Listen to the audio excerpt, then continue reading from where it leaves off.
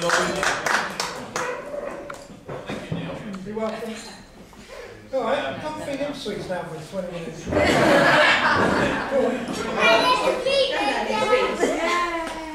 Hello, everybody. That's both of us. Friends, new friends, old friends, relatives. Anyway, basically, I was told to keep this short, and I hope it will be sweet. So, Neil asked me to speak now, and I said, no, let them enjoy themselves for a few more drinks. Well, I'm on my feet, so here I go. Would you believe?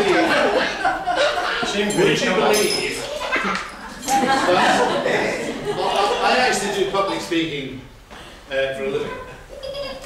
But seriously.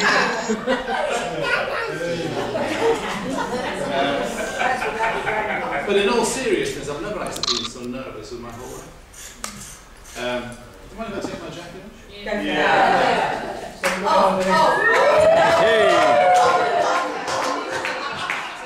Anything else I take off depends on how lucky I am. When Neil asked me to be his best man, I was actually deeply moved. I was Christmas? And I said, well, it's not really my thing. So he said, I'll pay you 100 quid. And I said, I'm not a man to be bought. So he offered me 300 quid. So here I am, 300 quid better off. My name's Dennis, for those of you who don't know me. And seriously, I am honoured to take the task, as it were.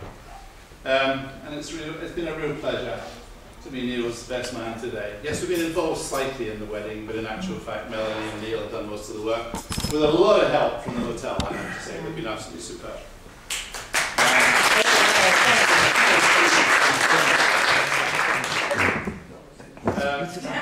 I'm really glad over the last couple of years that Neil and I have got a lot closer.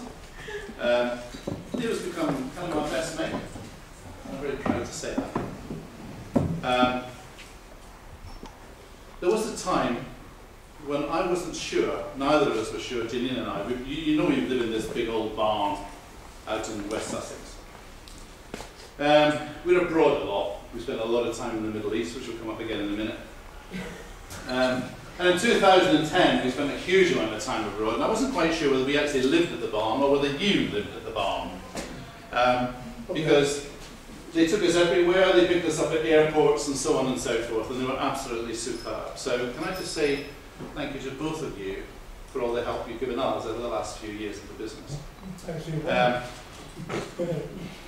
for your cooking. It's wonderful when they come to the barn.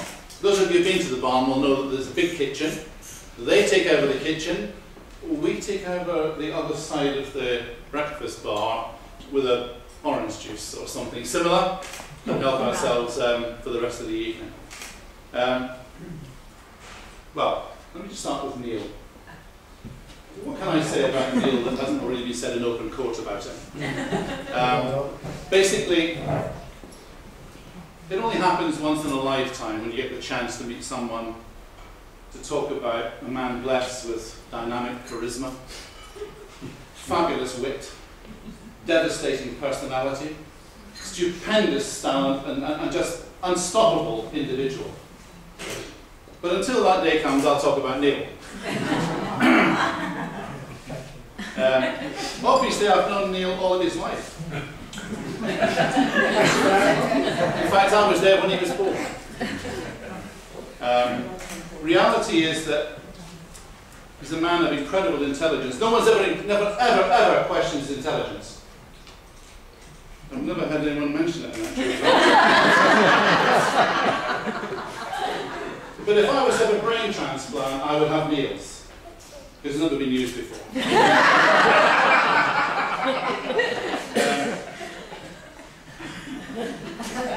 In doing the research into these speeches, I was told that you should sing the praises of the groom and tell him all about his good points. Tell you all about his good points. This is going to be really short and sweet, because I can't sing and he's got no good points.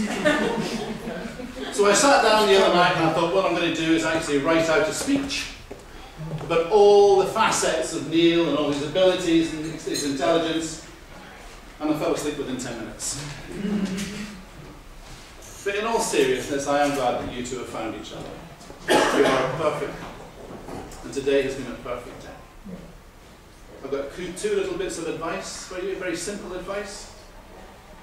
Just keep your fridge full of beer, and may all your ups and downs be in the bed. And Neil, when Melanie does hand you that dishcloth, look at it quizzically and hand it back to her. You know, I remember when I was first married many, many years ago, and I recall my wedding night, when my dear wife then said, you know, what are we going to do here? And I said, well, I'll tell you what. I threw my trousers at her and I said, try them on. I got a funny look. But she tried them on. What do you think I look like? She said. I said, well, you look pretty good. But get used to the fact that's the first time you'll ever wear the trousers in this marriage. Oh.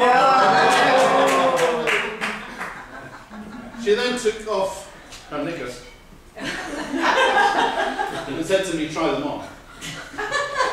And I said, I'll never get in there. And she said, you're damn right, never get in. Could I just say a few words, as Neil mentioned already, about his stag do? Because there were some pretty special people there. One or two of whom who couldn't get there. Ian, unfortunately, because he was ill. Neil and Lee, because your dad is so ill and he is in our prayers. But we played at East Sussex National, which is 3 miles down the road. Nothing much happened. No real dramas. No one got hurt. Survived. No one got drunk. No. No one died. Yeah. No one got into trouble. Really? Yet. Have you read this? No. What do you like to say, basically, Jason, Will, Paul, Alan, Neil? There were a few other friends who say you couldn't get there because they wimped out because it was Mother's Day. But the reality is the 5 or 6 of us who were there had a really good time. Anyway, what I've decided to do is reward the exemplary behaviour that I saw on Neil's stag do with a few small presents for those who did show up.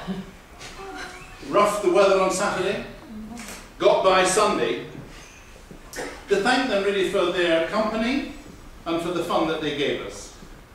Firstly, could I just be upstanding just for 1 second for Mr. Jason Partridge? Or Satan as he is now. Jason, a couple of small, you've got to open these by the way, man. There's a couple of presents there for you. Thank you very much.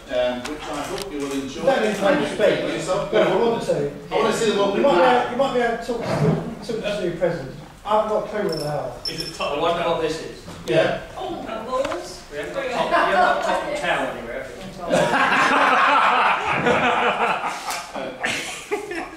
Wait for it, wait for it. We're in the shop tomorrow.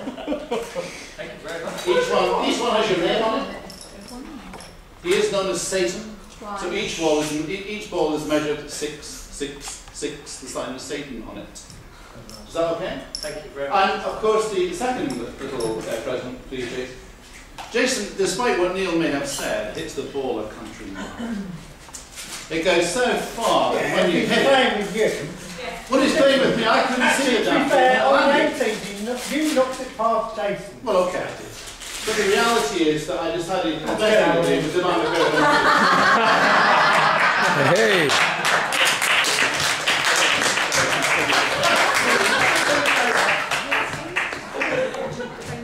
Because it went past me off the lap. I didn't hit a tree, it went backwards. Yeah. Story, no one cares about that story. Could I just mention again, just the Paul Adams.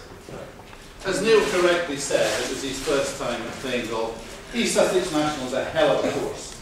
It's a huge challenge for someone who's never played before. So what I've done